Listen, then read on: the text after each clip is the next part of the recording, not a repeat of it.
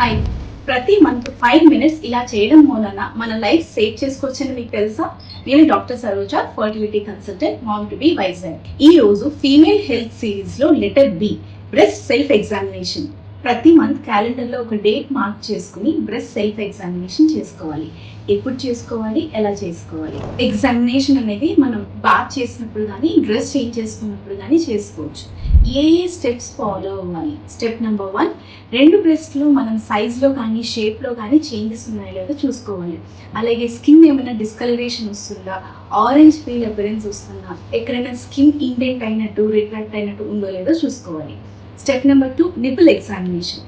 నిపుల్ని press చేసి ఏదైనా discharge, pus కానీ, బ్లడీ డిశ్చార్జ్ కానీ, గ్రీనిష్ డిశ్చార్జ్ కానీ వస్తుందా, అలాగే నిపుల్ ఏమైనా రిట్రాక్ట్ అవుతుందా అనేది చూసుకోవాలి. Step number 3, tip of the 3 fingers పెట్టి బ్రెస్ట్ అంతా పాల్పేట్ చేసుకోవాలి.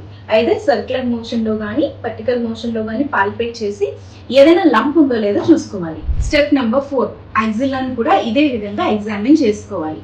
ఇలా మనం ఎగ్జామినేషన్ చేసుకుని ఏదైనా అబ్నార్మాలిటీ మనకి ఐడెంటిఫై అయినప్పుడు వెంటనే డాక్టర్ని మీట్ అవ్వాలి.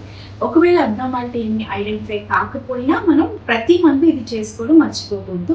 అలాగే ఇయర్లీ వన్స్ గైనకాలజిస్ట్ని మీట్ అయ్యి ఎగ్జామినేషన్ చేయించుకోవడం మంచిది. ఈ విధంగా చేయడం మూలన బ్రెస్ట్ క్యాన్సర్ని అర్లీగా ఐడెంటిఫై చేయొచ్చు. ఇలాంటి టిప్స్ ఇంకా తెలుసుకోవాలి అంటే మా ఛానల్ని ఫాలో చేయండి. అలాగే మీ ఫ్రెండ్స్కి ఈ రీచ్ షేర్ చేయండి.